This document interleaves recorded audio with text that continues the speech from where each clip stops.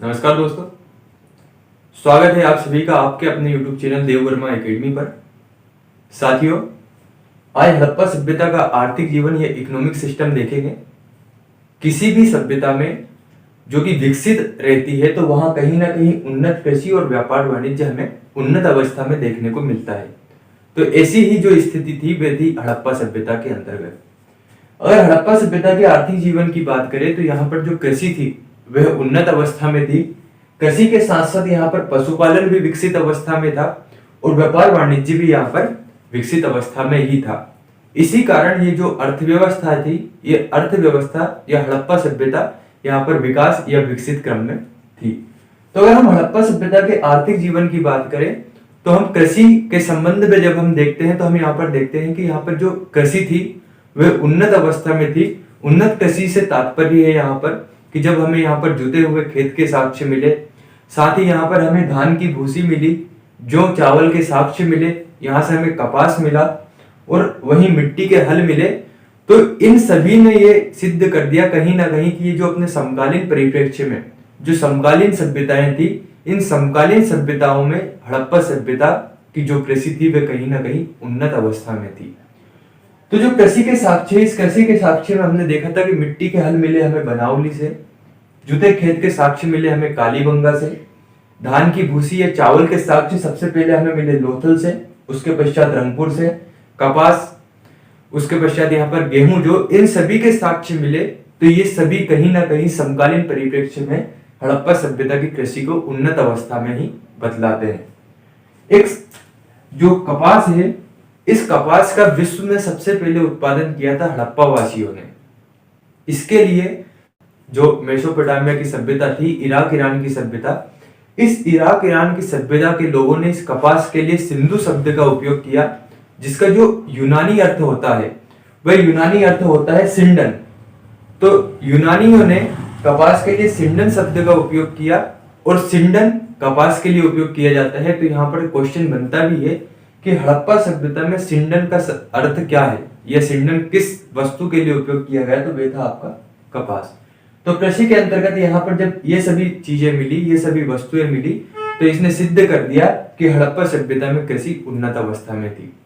कृषि के साथ साथ यहाँ पर पशुपालन भी था जो कि विकसित अवस्था में था।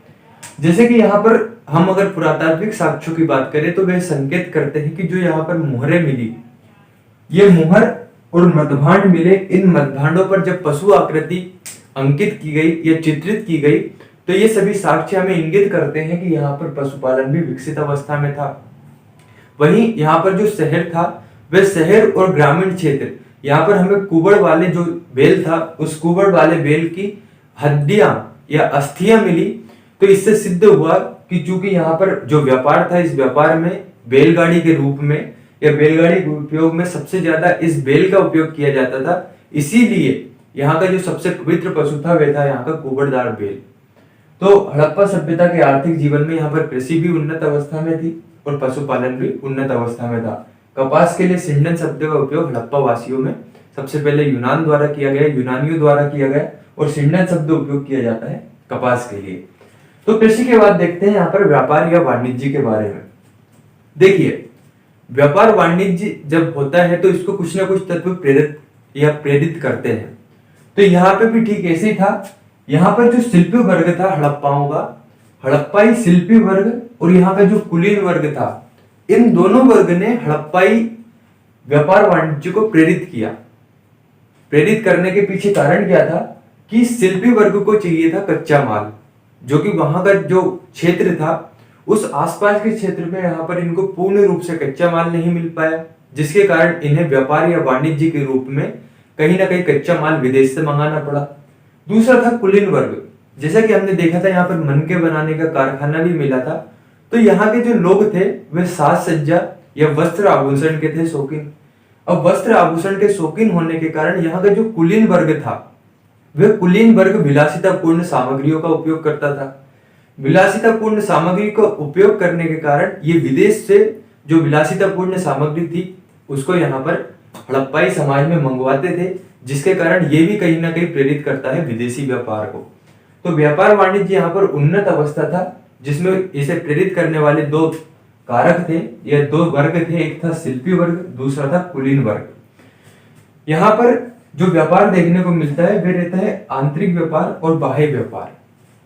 अब कुछ लोग आंतरिक एवं बाह्य व्यापार को समझते होंगे, लेकिन जो नहीं समझते हैं, होता क्या है, जो आंतरिक व्यापार होता है, आंतरिक व्यापार होता है अंदर, अर्थात जैसे मान लीजिए किसी देश में एक राज्य से दूसरे राज्य की ओर व्यापार करना, वो रहता है आंतरिक व्यापार। अर्थात देश के अंदर ही, भीतर ही जब व्यापार किया जाता है तो वह कहलाता है आंतरिक व्यापार, इंटरनल, अंदर की ओर। बाह्य व्यापार की बात करें तो जैसे मान लीजिए कोई देश दूसरे देश से जब व्यापार करता है, कुछ वस्तुएं मंगवाता है, कुछ वस्तुएं पहुंचाता है, आयात निर्यात करता है, तो इसे कहा जाता है बाह्य व्यापार। तो हड़प्पा सभ्यता में भी आंतरिक एवं बाह्य दोनों तरीके का व्यापार होता था। साथ ही यहाँ पर जो व्यापार होता था, इस व्यापार में कुछ वस्तुएं यहाँ पर मंगवाई जाती थी और कुछ वस्तुएं यहाँ से भेजी जाती थी, अर्थात कुछ वस्तुओं को यहाँ से निर्यात किया जाता था, जो कि जैसे कि यहाँ पर जो हाथी दांत के स्केल बनते थे, ये हाथी दांत के स्केल यहाँ पर निर्यात किए जाते थे, दूसरे देश को, विदेश को भेजा जाता था। वहीं कुछ चीजें थी, जैसे ये जो आयातित वस्तुएं हैं, ये आयातित वस्तुएं यहाँ पर मंगाई जाती थी। तो अगर हम देखें यहाँ पर कि कौन सी वस्तु हड़प्पा सभ्यता द्वारा मंगाई जाती थी या हड़प्पाई लोगों द्वारा मंगाई जाती थी, तो मैंने लिखा हुआ है आयात की गई वस्तु, अर्थात कुछ वस्तुएं यहाँ पर मंगाई जाती थी। तो पहला है वस्तु, दूसरा है स्थान, की कौन सी वस्तु किस स्थान से मंगाई जाती थी, उन वस्तुओं और स्थान का उल्लेख यहाँ पर है। सबसे पहला था सोना। तो देखिए आंतरिक और बाह्य व्यापार दोनों तरीके का व्यापार होता था। तो आंतरिक व्यापार में जैसे बलूचिस्तान, राजस्थान, कर्नाटक, इन क्षेत्रों से होता था आंतरिक व्यापार।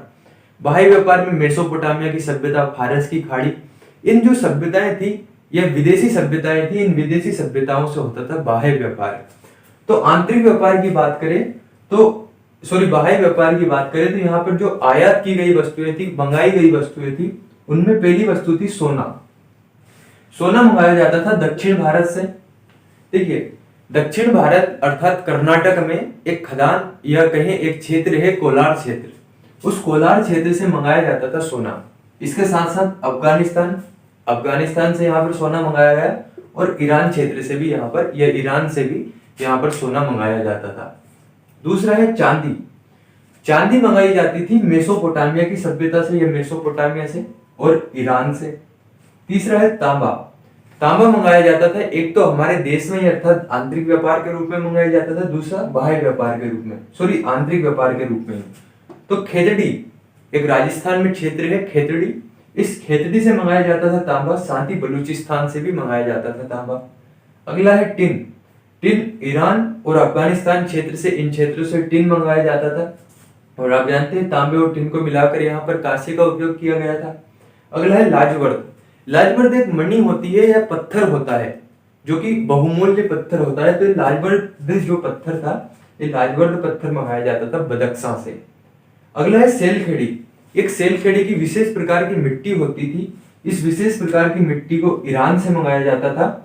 और दूसरा है कीमती पत्थर। कुछ कीमती पत्थर थे जो कहीं ना कहीं आभूषणों में उपयोग आ रहे होंगे, तो ये कीमती पत्थर मंगाए जाते थे बलूचिस्तान और राजस्थान वाले क्षेत्र में। इस तरीके से यहाँ से बहुत सारी वस्तुएं आयात या दूसरे देशों से मंगाई जाती है।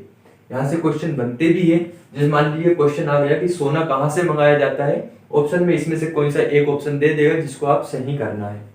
तो ये चीजें यहाँ पर आयात की जाती थी। अगली बात करते हैं अब यहाँ पर, चूंकि अर्थव्यवस्था का जो आधार था वह कृषि, व्यापार, वाणिज्य सभी यहाँ पर विकसित अवस्था में था। तो यहाँ पर व्यापार होता कैसे था? जैसे आज हम मुद्रा के रूप में व्यापार में मुद्रा का प्रचलन होता है, तो क्या हड़प्पा सभ्यता में भी मुद्रा थी? तो ऐसा नहीं था, यहाँ पर मुद्रा का प्रचलन नहीं था। यहाँ पर मुद्रा के स्थान पर उपयोग किया जाता था वस्तु विनिमय प्रणाली का। अब वस्तु विनिमय प्रणाली क्या होती है? तो जैसे मान लीजिए एक वस्तु को देकर दूसरी वस्तु को लेना, जैसे वस्तु का आदान प्रदान करना, इसे कहा जाता था वस्तु विनिमय प्रणाली। यहाँ पर कुछ चीजें फिक्स कर दी जाती थी। जैसे मान लीजिए समझने के तौर पे हम देखें कि मान लीजिए इतना जौ है, इतने जौ के बदले इतना गेहूं मिलेगा, या इतने गेहूं के बदले आपको इतना जो दूसरा अनाज है वो अनाज मिलेगा। इस तरीके से यहाँ पर वस्तुओं का जो आदान प्रदान किया जाता था, इसी को कहा गया वस्तु विनिमय प्रणाली। यहाँ पर हमें 16 के अनुपात में बांट मिले, अर्थात जैसे मान लीजिए 16 उसके बाद 32, इस तरीके से हमें 16 के अनुपात में हमें यहाँ पर बांट मिले, जिनके आधार पर यहाँ पर वस्तुओं का आदान प्रदान किया जाता होगा। यहाँ पर वस्तुओं का आदान प्रदान के साथ साथ व्यापार वाणिज्य के रूप में यहाँ पर वस्तुएं आयात या निर्यात ये सभी चीजें की जाती थी। तो हड़प्पा सभ्यता में मुद्रा का प्रचलन नहीं था, यहाँ पर वस्तु में विनिमय प्रणाली का उपयोग किया जाता था। एक शब्द लिखा है मैंने मेलुहा, जो आपकी मेसोपोटामिया की सभ्यता के अभिलेख मिले। इस मेसोपोटामिया की सभ्यता के अभिलेखों में हमें मेलुहा शब्द का उपयोग मिलता है। और ये जो मेलुहा शब्द का उपयोग है, ये सिंधु वासी या हड़प्पा वासियों के लिए इस शब्द का उपयोग किया जाता था। तो अगर क्वेश्चन बनता है कि मेलुहा शब्द का उपयोग किया गया तो वह किया गया था हड़प्पा वासियों के लिए, या हड़प्पा वासियों में व्यापार वाणिज्य के जो व्यापारी वर्ग था उसके लिए किस शब्द का उपयोग किया गया, तो वे भी था आपका मेलुहा शब्द का प्रयोग। तो अगर हम इसको एक दृष्टि से देखें तो हड़प्पा सभ्यता का आर्थिक जीवन विकसित था। यहाँ पर उन्नत कृषि थी, उन्नत व्यापार वाणिज्य था। कृषि के रूप में हमें ये साक्ष्य मिले जो कहीं ना कहीं हमें सिद्ध करते हैं कि उन्नत कृषि थी। पशुपालन भी यहाँ पर उन्नत अवस्था में था। व्यापार वाणिज्य आंतरिक बाह्य दोनों रूप में होता था। बाह्य रूप में हमने देखा, आंतरिक और बाह्य रूप में यहाँ पर कुछ वस्तुएं आयात और निर्यात की जाती थी। शिल्पी और कुलीन वर्ग ने यहाँ पर व्यापार को प्रेरित किया। कच्चे माल के लिए शिल्पी वर्ग और विलासितापूर्ण जिंदगी के लिए या विलासितापूर्ण सामग्रियों के लिए कुलीन वर्ग यहाँ पर कार्य करता था। मुद्रा का प्रचलन नहीं था, यहाँ पर मुद्रा के स्थान पर वस्तु विनिमय प्रणाली का उपयोग किया जाता था। इसको आप आसानी अच्छे से याद कीजिएगा, क्योंकि यहाँ से क्वेश्चन अधिकांशतः बनते हैं कि टिन कहाँ से मंगाया जाता है, तो हम उस चीज को यहाँ पर सही आंसर करना है। तो आज हम हड़प्पा सभ्यता के आर्थिक जीवन में कंप्लीट करते हैं। इसके पश्चात जो अगला टॉपिक रहेगा उसमें हम देखेंगे हड़प्पाई सामाजिक जीवन। हड़प्पाई सामाजिक जीवन के पश्चात यहाँ पर स्थापत्य एवं कला रहेगी। स्थापत्य कला के पश्चात यहाँ पर जो धर्म था उस धर्म को देखेंगे कि यहाँ पर धार्मिक जीवन किस तरीके का था। उसके पश्चात उसका पतन वाला टॉपिक आ जाएगा और हड़प्पा सभ्यता के पतन के पश्चात हमारा जो नया टॉपिक रहेगा वो देखेंगे हम वैदिक काल के बारे में। तो मिलते हैं हम अगले टॉपिक में। धन्यवाद।